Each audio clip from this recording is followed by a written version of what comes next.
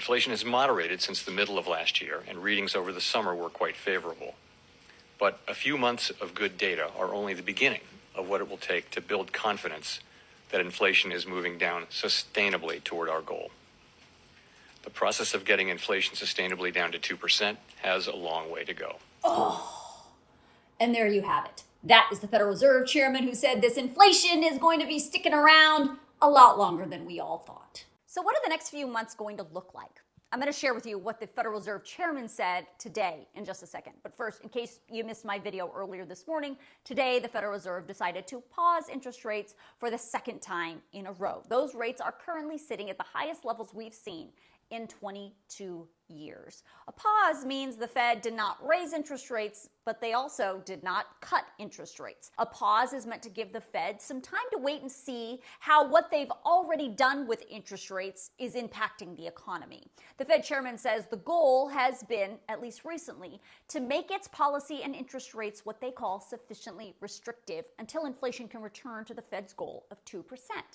Being sufficiently restrictive means, in part, making the interest rates high enough that people and businesses think twice about spending and instead hold on to their money, bringing it out of circulation, which then ultimately brings inflation down.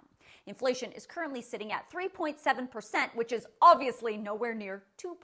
So there are two questions. Question one, is the Fed confident that they've made interest rates sufficiently restrictive enough at this point that they don't need to be raising interest rates again? We're not confident this time that we've reached such a stance. We're not confident that we haven't.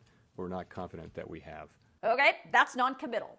Here's what he's saying. He's saying the economy is a conundrum.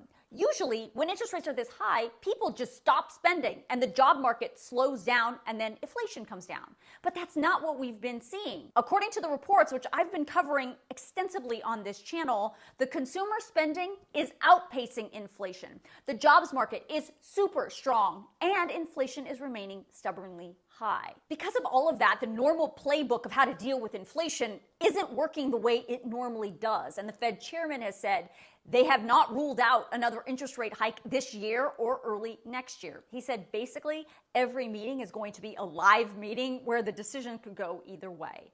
And question two, when will we start to see cuts in those interest rates? The fact is, the committee is not thinking about rate cuts right now at all. We're not talking about rate cuts. We're still very focused on the first question, which is, have we achieved a stance of monetary policy that's sufficiently restrictive to bring inflation down to 2% over time, sustainably? Guess that's not going to happen anytime soon. The Fed will meet one last time in 2023 in mid-December.